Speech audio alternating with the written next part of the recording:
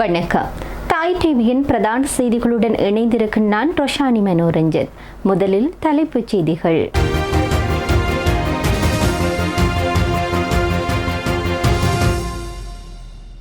ஈரானிய கடற்படையினரை தாயகம் அனுப்பி வைத்த இலங்கை அரசாங்கம் கடந்த கால தவறுகள் தொடர்பில் மனம் திறந்து பேசிய நாமல்.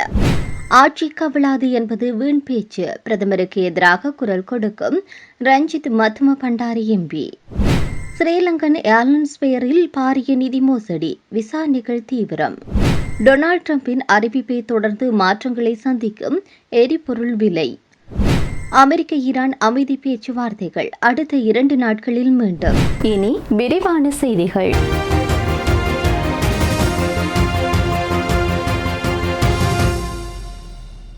வெலிசர மற்றும் ஹொக்கலு தடுப்பு முகாம்களில் தங்கியிருந்த 240 ஈரானிய கடற்படையினர் ஒரு விமானம் மூலம் இலங்கையிலிருந்து புறப்பட்டு சென்றனர். இலங்கை கடற்பரப்பிற்கு அப்பால் அமெரிக்க நீர்மூழ்கி கப்பலினால் தாக்கி மூழ்கடிக்கப்பட்ட ஈரானிய கடற்படை கப்பலான ஐரிஸ் டெனாவிலிருந்து மீட்கப்பட்ட 32 ஈரானியர்கள் இதில் அடங்குவதாக தெரிவிக்கப்படுகின்றது. இவர்களுடன் இலங்கையில் தங்கியிருந்த ஈரானிய கடற்படையின் ஐரிஸ் வசர் கப்பலைச் சேர்த்து 208 ஈரானியர்களும் தாயகம் அனுப்பி வைக்கப்பட்டுள்ளனர். துருக்கிக்கு சொந்தமான விசேட விமானம் ஒன்றின் மூலம் இவர்கள் அனைவரும் ஈரானுக்கு புறப்பட்டதாக அரசாங்கம் அறிவித்துள்ளது.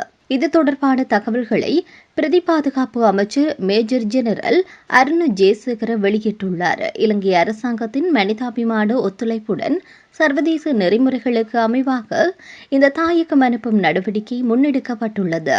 கடந்த காலங்களில் தவறுகள் நடந்திருக்கலாம், அவற்றை ஏற்றுக்கொள்ள வேண்டும். அத்தோடு அந்த தவறுகள் என்ன என்பதை அறிந்து கொள்ள வேண்டும் என்று மொட்டு கட்சியின் தேசிய அமைப்பாளர் நாமல் ராஜபக்ஷ தெரிவித்துள்ளார்.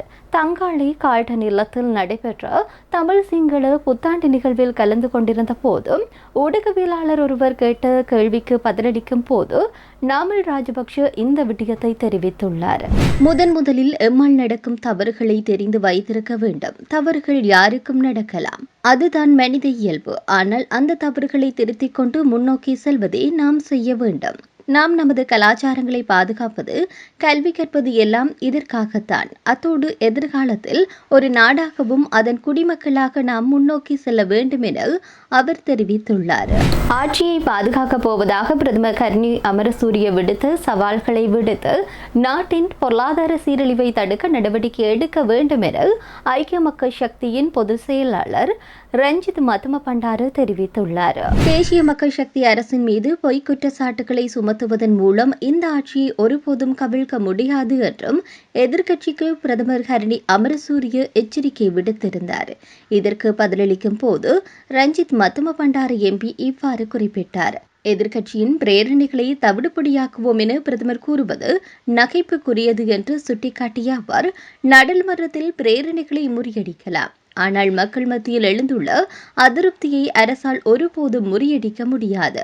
மக்களின் ஆணை இப்போது அரசுக்கு எதிராக திரும்ப தொடங்கியுள்ளது என்று தெரிவித்தார்.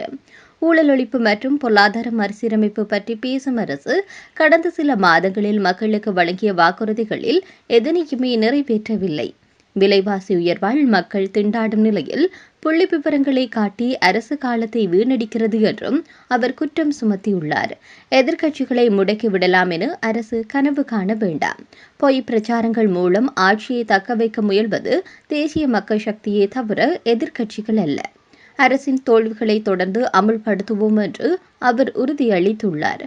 ஜனநாயக ரீதியான எந்தவொரு சவாலையும் எதிர்கொள்ள தாம் தயாராக இருப்பதாகவும் அரசு தன்னுடைய அதிகார தோரணையை விடுத்து மக்களின் பிரச்சினைகளுக்கு தீர்வு காண முன்வர வேண்டும் என்றும் ரஞ்சித் மத்தும பண்டார எம்பி மேலும் வலியுறுத்தியுள்ளார். ஸ்ரீலங்கன் ஏர்லைன்ஸ் நிறுவனத்தின் பெயரை பயன்படுத்தி இணையதளங்கள் ஊடாக பொதுமக்களின் பல லட்சம் ரூபாய் மோசடி செய்யப்பட்டிருப்பதாக தற்போது தகவல் ஒன்று வெளியாகியிருக்கிறது. இந்த மோசடியில் ஈடுபட்டிருக்கக்கூடிய குற்ற கும்பல் குறித்து குற்றப்புலனாய்வு திணைக்களம் விரிவான விசாரணைகளை ஆரம்பித்துள்ளதாக தெரிய வந்திருக்கிறது. குற்றப்புலனாய்வு திணைக்களத்தின் கணினி குற்றப்புலனாய்வு பிரிவினர் இந்த பாரிய நிதி மோசடி தொடர்பில் அண்மையில் கொழும்பு பிரதமர் நீதவான் நீதிமன்றத்தில் விடயங்களை சமர்ப்பித்திருந்தனர்.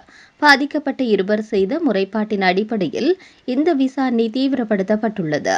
அந்த வகையில் பம்னுகம பகுதியைச் சேர்ந்த ஒருவரின் வங்கிக் கணக்கிலிருந்து சுமார் 55 லட்சம் ரூபாய் மோசடி செய்யப்பட்டுள்ளது.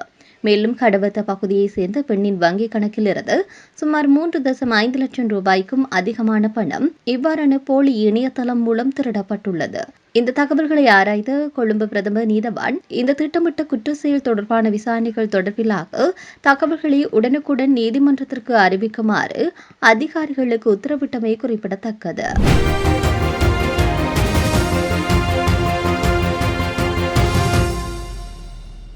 உலக சந்தையில் கச்சா எண்ணெயின் விலை மீண்டும் $100 கீழாக சரிவை சந்தித்திருக்கிறது. அமெரிக்காவிற்கும் ஈரானுக்கும் இடையிலான சமாதான பேச்சுவார்த்தைகள் மீண்டும் ஆரம்பமாக இருக்கக்கூடிய சூழ்நிலையில் இரு நாடுகளின் பிரதிநிதிகள் இந்த வாரம் பாகிஸ்தானுக்கு வரக்கூடும் என்ற சாத்தியக்கூற்றின் அடிப்படையில் இந்த விலைச்சரிவு ஏற்பட்டுள்ளதாக தெரிய வந்திருக்கிறது.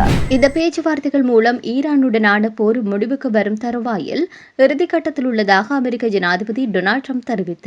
இதன்படி கச்சா எண்ணெயின் விலையில் சரிவு ஏற்பட்டுள்ளது. இதன்படி ஒரு பேரல் பிராண்ட் கச்சா எண்ணெயினுடைய விலை $94.59 பதிவாகியுள்ளது. அதேபோல் BTI கச்சா எண்ணெயின் விலை $90.43 பதிவாகியுள்ளது. அமெரிக்காவிற்கும் ஈரானுக்கும் இடையிலான பேச்சுவார்த்தைகள் அடுத்த 2 நாட்களில் மீண்டும் தொடங்கக்கூடும் என்று அமெரிக்க ஜனாதிபதி டொனால்ட் ட்ரம்ப் தெரிவித்துள்ளதாக வெளிநாட்டு ஊடகங்கள் செய்தி வெளியிட்டுள்ளது. அந்த 2 நாட்களில் ஏதேனும் நடக்கக்கூடும். மேலும் நாங்கள் பாகிஸ்தான் செல்லவே அதிக ஆர்வம் காட்டுகின்றோம் என்று அவர் குறிப்பிட்டதாக செய்திகள் தெரிவிக்கின்றது. அமெரிக்க துணை ஜனாதிபதி JD வான்ஸ் மற்றும் ஈரான் நாடாளுமன்ற சபாநாயகர் முகமது பாகர் ஹலிஃபா உள்ளிட்டோர் கலந்து கொண்ட பாகிஸ்தானின் இஸ்லாமாபாத்தில் வார இறுதியில் நடைபெற்ற சந்திப்புக்கு பிறகு இது தற்போது வந்திருக்கக்கூடிய செய்தியாக உள்ளது. இந்த பேச்சுவார்த்தைகள் எந்தவொரு ஒப்பந்தமும் இன்றி முடிவடைந்தன. முன்னதாக தெஹ்ரானுக்கும் பாகிஸ்தானுக்கும் இடையே செய்திகள் பரிமாறப்பட்டதாக ஈரானிய அரசு ஊடகங்கள் தெரிவித்தன. ஆனால் அமெரிக்காவுடன் மேலும் பேச்சுவார்த்தை நடத்துவதற்கான எந்தவொரு ஒப்பந்தம் குறித்து இதுவரையில் தகவல் வெளியாகவில்லை. இருப்பினும் மீண்டும் பேச்சுவார்த்தை நடைபெற இருப்பதற்கான சாத்தியக்கூறுகள் இருக்கின்றது என சர்வதேச ஊடகங்கள் செய்தி வெளியிட்டுள்ளன. இத்துடன் தாய் டிவியின் பிரதான செய்திகள் நிறைவடைகின்றன.